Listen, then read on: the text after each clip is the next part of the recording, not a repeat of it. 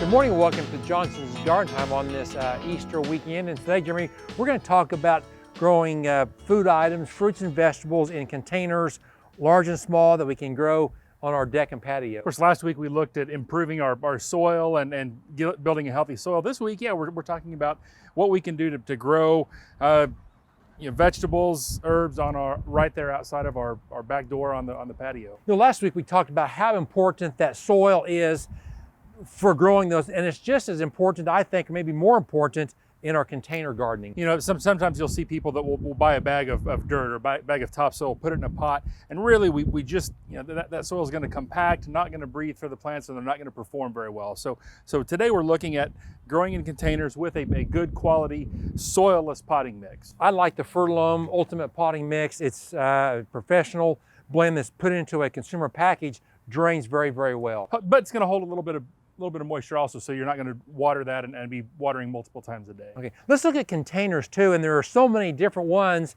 and there's a few key items that we need to talk about when choosing a container. One thing is you're going to want soil volume and the kind of a proper soil volume for the plant you're growing. So I've got our Mr. Stackies here. These are our great fun little containers that can stack up. Not a whole lot of soil volume, but going to be perfect for maybe strawberries or herbs. Okay.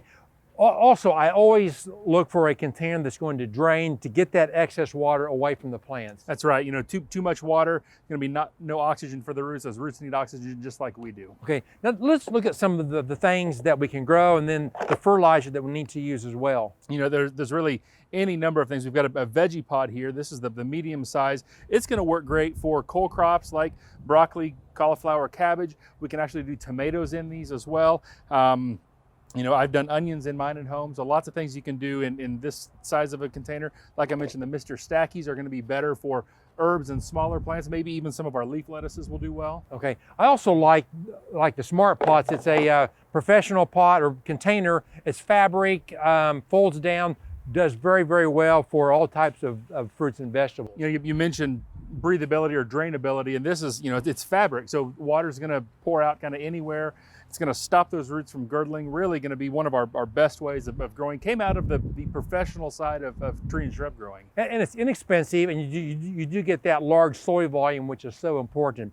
As far as fertilizers, I always look for something that will work in a container. It says that on the directions, and just use that the directions. The blooming and rooting from Fertilome is one of our favorites for our fruits and vegetables in the container garden. We've got everything we need at our stores, whether it's container, soil, plants, for your gardening. Thanks for watching, and we'll see you next time.